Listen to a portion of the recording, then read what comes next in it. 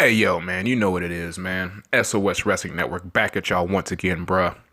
You know who I am, man. A puroresu FlyGOD, man. You know what it is, dude. FlyGOD is an awesome god, man. Praise both. We in here, man. We in this baby.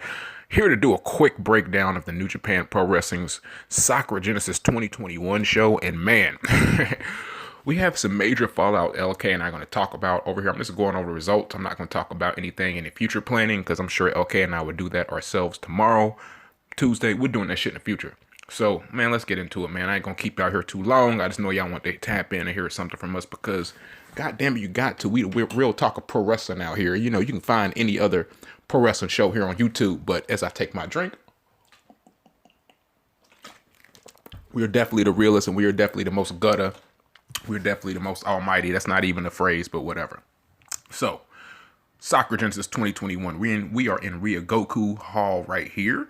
Had in attendance about 4,484 people. Shout out to everybody that was in the building right here, man. I was in there in the building in the spirit, man. You know what it is, spirit realm type shit. That's how I do it, man. I'm a spiritual person, man. So that's how I just kicked it like that.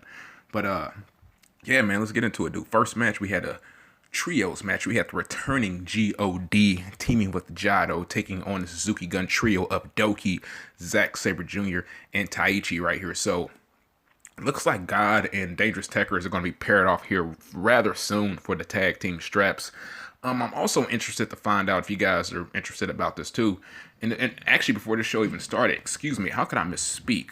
Before any matches of the show even took place, man, like we had my boy, the man, the myth, the legend right here, Hiromu Takahashi. He actually made his appearance right here, and he pretty much was coming out. He had the thunder sticks going. He didn't have a sling like I was used to, so I'm glad he didn't have that sling. Shout out to my man Yujiro Takahashi. Speedy recovery for all that stuff, you know what I mean? So he came out.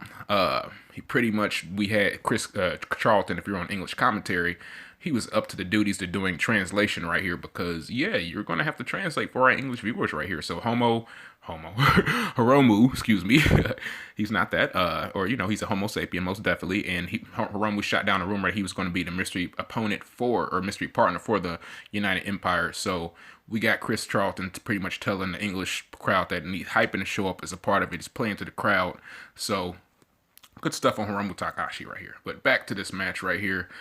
Yeah, this match was pretty much, it was standard opening stuff right here. We get the victory as Zack Sabre Jr. gets the Euro clutch, excuse me, on Tonga Loa. But there was a spot towards the end of this match where these guys were pretty much fighting over the Iron Fingers, picking them up, getting them knocked out of the hand. And yeah, I'm just still waiting on that damn match between Jado and Doki. Let's get that singles match going right here. So I think this match is a little over 10 minutes right here. Don't, don't quote me, boy, because I ain't said shit. So, yeah, next to the next match, we got Bullet Club again. We got Evil, Kenta, Yujiro Takahashi, Taiji Ishimori, and Dick Togo versus Chaos's Kazuchika Okada, Toru Yano, Roki Goto, and Tomohiro Ishii right here. So, we all know what the kind of the crux of this is right here. The crux is I guess the theft of the bow staff of Yoshihashi, the theft by Kenta. It actually looks better with Kenta right here. So we got the Chaos team of what it looks like Toru Yano got the roll up on Dick Togo with no surprise right there. We get Kenta assaulting Yoshihashi with the bow staff, stealing it once again. So we're getting built towards that. And yeah, it looks like we're going to have a singles match between Yoshihashi and Kenta. And it's probably also going to lead to the Never Openweight Trios tag team belt match between, looks like Yujiro, Yujiro, Taiji Ishimori, and Kenta, I believe, going against Yoshihashi, Goto, and Tomohiro Ishii for those Never Six-Man straps. So looks like we're going to get that on the horizon. Decent match, wasn't too bad. I enjoyed it for what it was, but then this is pretty much this is the preliminary stuff, and let's get into this, man. Hold on, as I like my adult cigarette. Man, the next match we got, y'all, trios match, but this one was very important.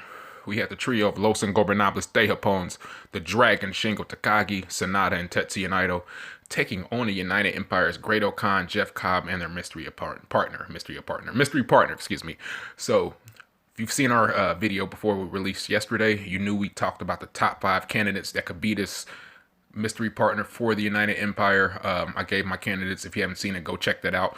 But it looks like my presumptions were correct, and our mystery partner was one Aaron Hanary right here. So Aaron Hanary, if you're not familiar, of course, is Toa Hanary. So he looks like he is the guy that is going to be the fourth for the United Empire right here. So shout out to Toa Hanary, man. Toa, I'm still calling him Toa right here. What do you know? So Aaron Hanary is the fourth right here, and he came out kind of with a Chono, Masahiro Chono-esque look right here, and ultimately this match, well, I think it was him getting the Streets of Rage on Sonata at about what was the time frame on that?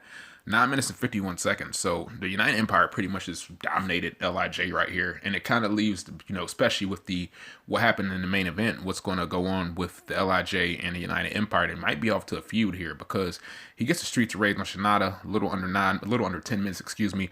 And Hanare's back in a big way, so United Empire has got some strong momentum going in. Like I said, they just pretty much decimated the LIJ team. So, yeah, it sucked for me to see that, but maybe it was a little disappointed that it was Toa Hanary, but he absolutely needs this for his career to take that next step, take that next jump. So, then we got next match is a tag team match.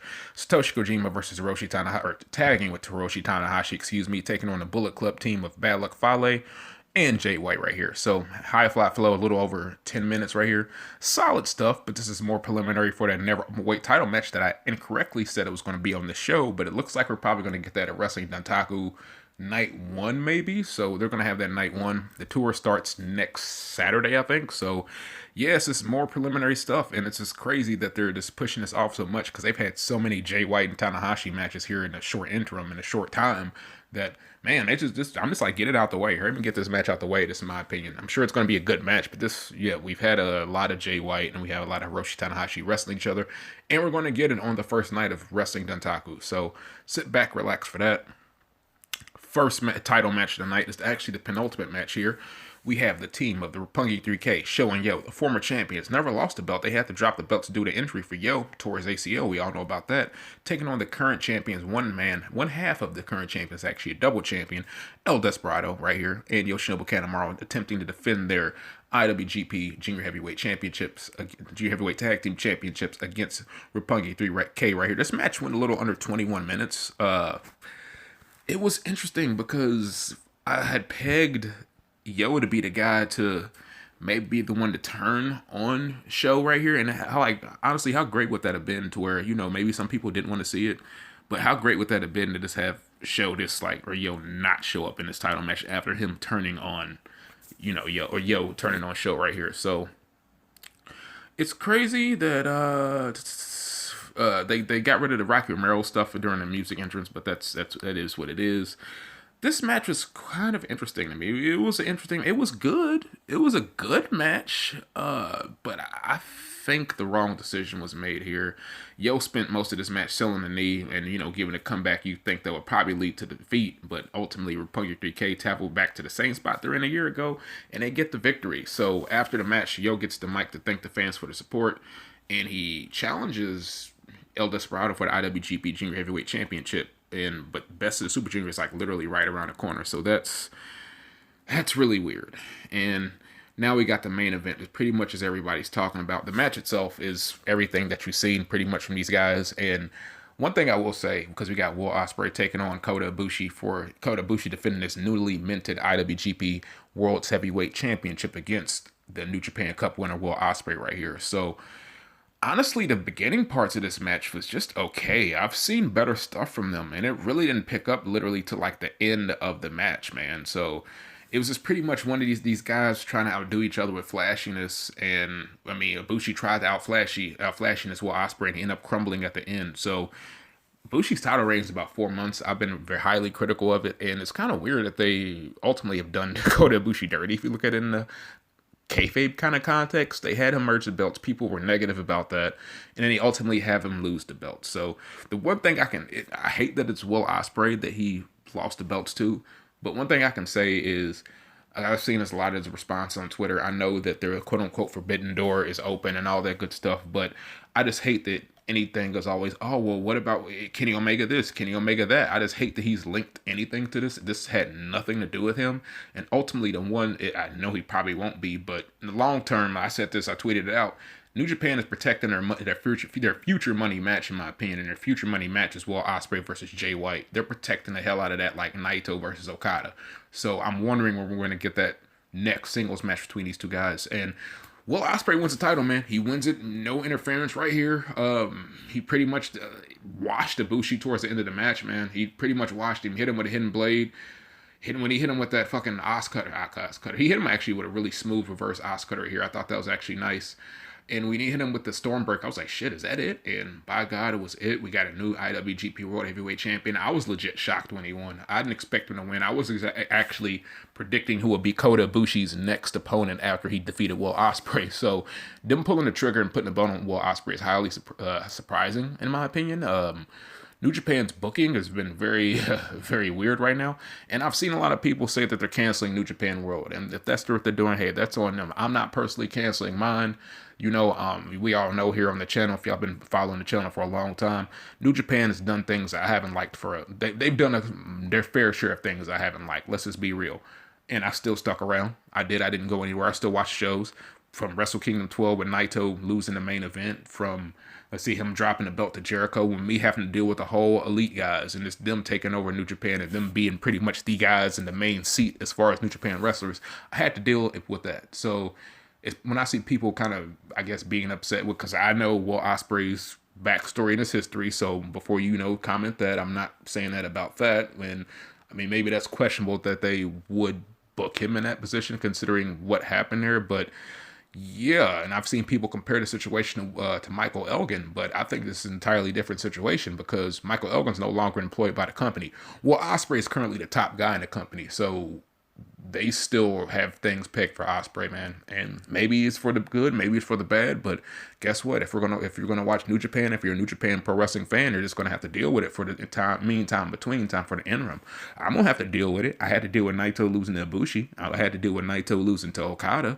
Had to deal with him losing to Omega, So I mean, when I have to deal with these losses, as a wrestling fan, and it's just what we got to do sometime. And maybe we might not like this Osprey reign, but hopefully it won't be a long one. Hopefully he'll drop the title back to Ibushi, and after that too, he called out Kazuchika Okada because he was furious from his Wrestle Kingdom defeat, his embarrassment, because that was literally the last time he lost a singles match was Wrestle Kingdom this past January. So he calls out Okada, but then Shingo Takagi comes out and he's like, yeah, bro, I beat Okada in the first round, and I think you beat me in the New Japan Cup, but I beat you in G1. So it's like we're kind of tit for tat here, and yeah, after I take the belt off of you, then I'll wrestle Okada. So looks like we're going to get two. It's weird. They're having pretty much two challengers right now and I know y'all know me, I'm questionable about triple threat matches. I'm just like, at this point, just make it a triple threat match, but I could be wrong.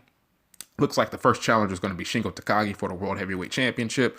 Like I said, Road 2 shows start up this Saturday, so we'll find out what's going on, man.